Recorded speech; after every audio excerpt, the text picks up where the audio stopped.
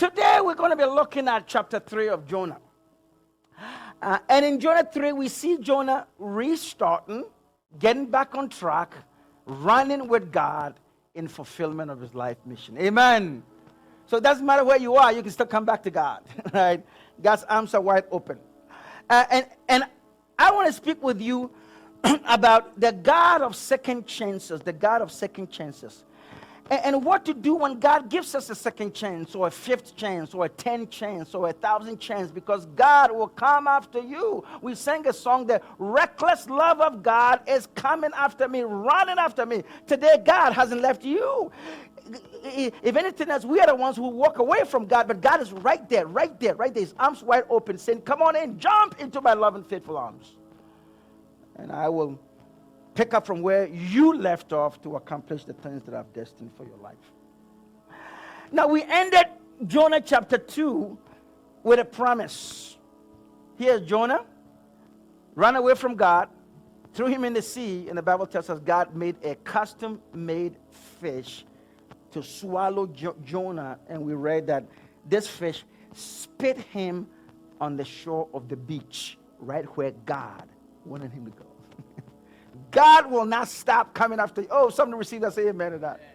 You cannot run God. He's right there. He today is determined. God today is working overtime. God today is pulling all kinds of stuff to fulfill the purpose that you've destined for your life. And so we see in Jonah 3:1 an encouraging phrase. My brother put it up for us. Let's look at this.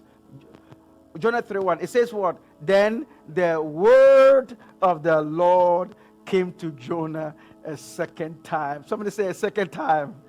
Isn't God good? A second time. And God is the God of second chances. Say that with me. God is the God of what? Second chance. You can say multiple chances. God is the God of multiple chances.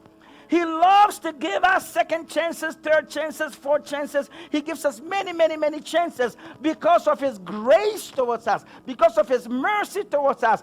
Then the word of the Lord. This is a guy who's running away from God and says, God, I don't want to have anything to do with your purpose for my life. God is saying, no can do. No can do. And today, God is in your life working overtime like he did in the life of Jonah to give you ample time. He's coming back at you. He hasn't written you off. Others may have written you off, but no, not God. Not God. He gives us many, many, many chances. Now, how many of you will give Jonah a second or a third chance after he's run away from God? No way. But you see, God is not like your friend, your brother, your sister, your customer, your boss. He's not even like you. He's the God of second chances. And God delights, make a note of that. Please put it up on the screen. It's right there in your sermon outline. Let's all say that together. God does what? Delights in showing us what? Grace. Oh, say it like you mean it. Say it like you received it. God delights in showing us grace and mercy. Come on, sound it so your mind can tell your weary heart, so that nothing can take this away from you. God delights in showing us grace and mercy. Don't let anybody tell you anything different. Don't let anybody lie to you. This is who God is. It is his joy, his delight. No matter where you've been, no matter what you have done, no matter how far you've run away from God's purpose in your life, he takes delight. He's excited to show you what? Grace and mercy. Now, in fact, I made a short list. I could have spent the whole message on this. I made a short list of people who had rebelled against God, and God gave them another chance. Now, just staring at the names of the Bible, some of these are the people that we admire a lot. They are in the hallmark of faith. But they blew it, just as Jonah did, just as I have blown it, and just as, if you won't admit it, you have also blown it. But God delights in showing grace and mercy. Let me show that to you. Look, just look at these people. First is Jacob. This fella cheated on his brother out of his family inheritance, but God gave him a second chance. As a matter of fact, one of the names of God is what? The God of who? Jacob. Look at Moses. We like Moses, right? Yes, a guy who God used to lead 1.5 million people from slavery into the promised land. But guess what? Moses murdered a man, but God gave him what? A second chance. A murderer? You bet. God delights in showing us grace and mercy. How about a prostitute? If some of you hear about a prostitute, you think God can never use a prostitute. You will write them off. But here's Rahab, a prostitute. She gets a second chance, and guess what? She ends up being in the family tree of Jesus. You read the book of Matthew, when you look at the Gospels, there's Rahab, right? That you say, wow. Rahab the prostitute is related to Jesus. Of all the people that the Holy Son of God could come as part of their lineage, a prostitute woman, you bet it. God is the God of what? Multiple chances. How about Samson? This guy wasted his talent, wasted his purpose and his plan, the strength that God had given him. He ends up in prison, but what God gave Samson a second chance. Glory to God. Don't let anybody talk you out of God's destiny for your life. Well, how about David? We like David, a man after God's own heart. A man of worship, a man of poetry, a man that God says there's no one like David. But this fella committed adultery and murdered the husband of the woman she was cheated with. But God gave David a second chance. How about Peter? You remember Peter? He says, look, all will forsake you, but I will never forsake you. I'm with you, the right-hand man of Jesus. One of the three amigos, when Jesus really was going places, it was Peter, John, and James. He says, on this rock, Peter, on this foundation, I'll build my church. Jesus put him in charge of the next in command after he left.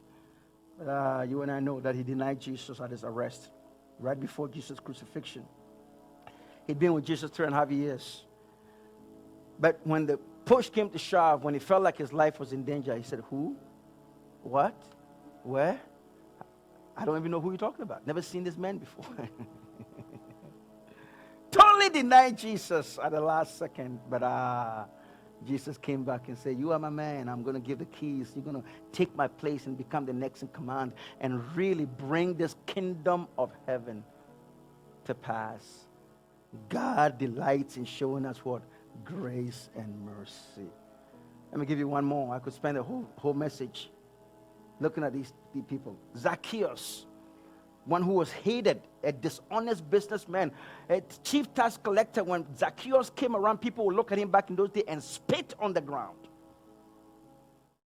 Nobody liked Zacchaeus, but yet Jesus said, you come down, Zacchaeus. I'm going to live in your home. I'm going to live in your home. And imagine Jesus and Zacchaeus, the hated man in that city, hand in hand, walking in his home, sitting right in his home and eating. That's who God is. He gives everybody chances over and over again. And today, that's what I want to look at. That's what I want us to look at in the fulfillment of our destiny, understanding that no matter how far you've gone away from God, God is a God of second, third, fourth, fifth, 1,000, 1,000,000 chances, and never write yourself off, even though people will write you off in life. Now, there's a term in golf that I like. I'm not a golfer. There's nothing wrong with golf. I admire those who play golf. I think it takes too long for me. I'm a soccer guy, tennis guy. But there's one thing that I love about golf. It is the term mulligan. Say that with me. Mulligan. One more time, mulligan. Now, what mulligan is that in golf, when you hit a bad shot, you really hit the ball a wrong way, you get another shot to be able to make that wrong shot right. Get another shot at that. If you make a poor shot, if you hit a wrong stroke, if there's a terrible, terrible hit, you get a do-over. And that bad shot is not counted on your scorecard if you're able to do it over again. It's a mulligan. Say that with me. Mulligan. You probably heard this before. Oh, we're going to give this person a mulligan. We're going to give them a pass. We're going to give them another opportunity to prove themselves. And as believers, as children of God, you ought to understand this, that we live in the mulligans of God.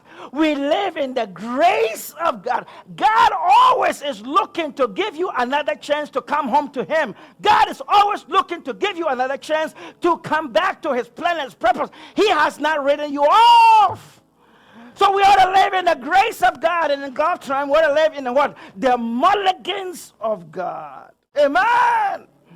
God's opportunity, God's open door, God's access to start over and over and over again and again and again. He says, come back and give this your best shot. I know you failed in your finances, you failed in your marriage, you failed in your health, you failed on the job, you failed in your parenting, you failed in your relations with others, but you have another shot to come back and do it again. And this time I'm going to help you get it right. My arms are wide open. Glory to Almighty God.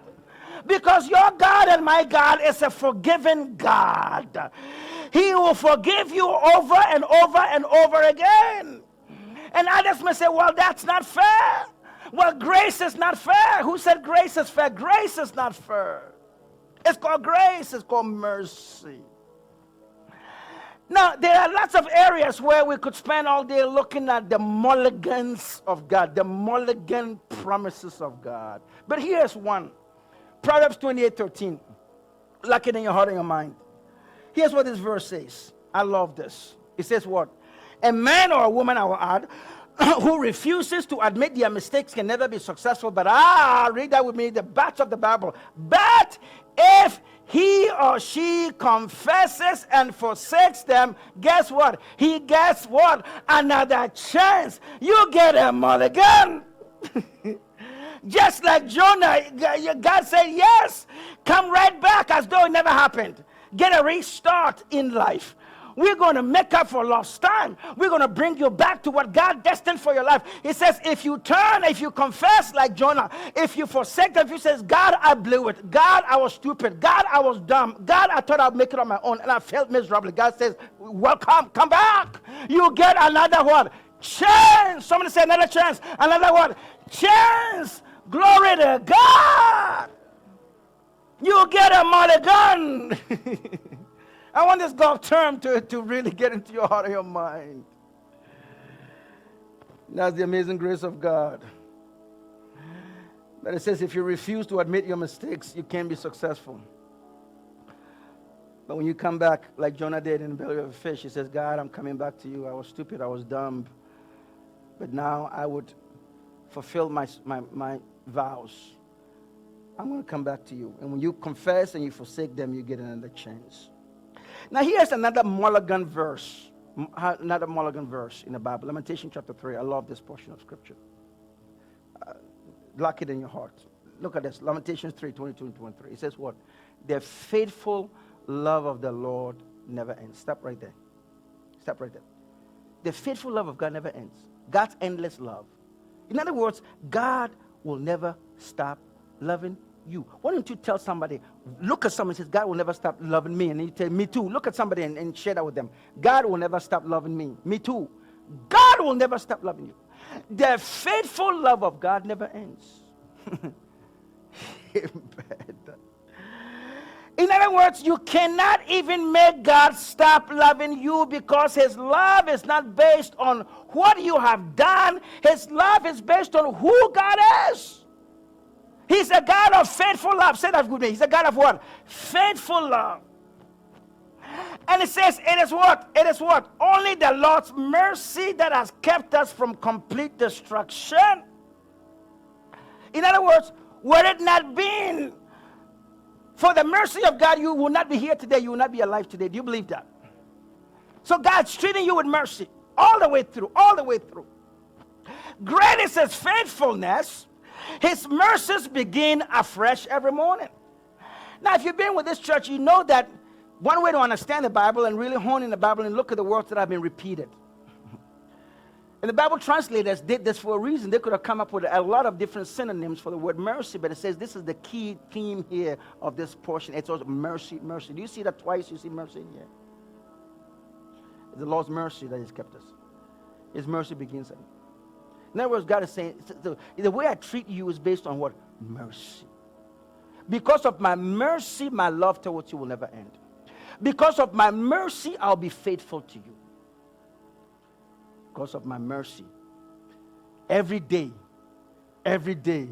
you get a mulligan.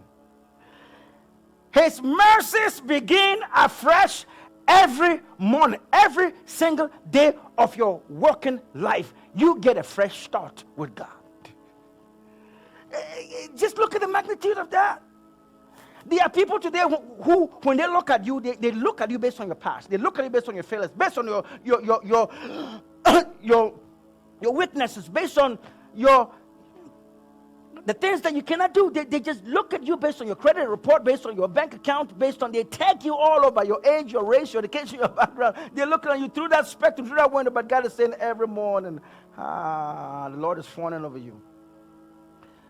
He's ready to show you his mercies and his grace. And this is the God of multiple chances that you and I have come to love and to believe. Now remember this. Let me give you a second thing that I want you to lock in your heart. God delights in showing us grace and mercy. Also remember this, that every day, every new day is what? Come on. Oh, you're not starting from a hole.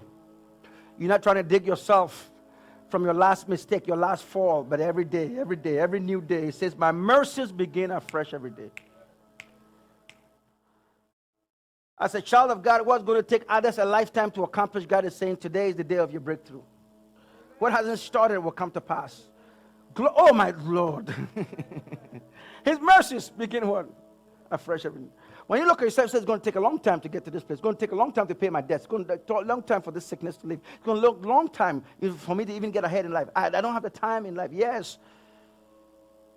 We live in a dying world that everything just gets destroyed. But God is saying, don't worry, because I'm a God of second chances. And every new day is a new chance. It's a new chance to start afresh in life. And God says you ought to start looking at your life. You ought to start looking at every day of your life as another chance of God.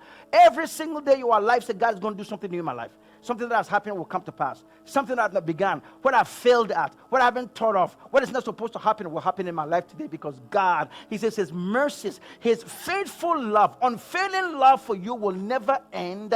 He says, oh God, that God will not, his faithfulness is so amazing. You cannot replete. You can't. Oh God, tap out of God's faithfulness towards you. And every day God is dishing out his mercy towards you. And you better believe it. And you better receive it.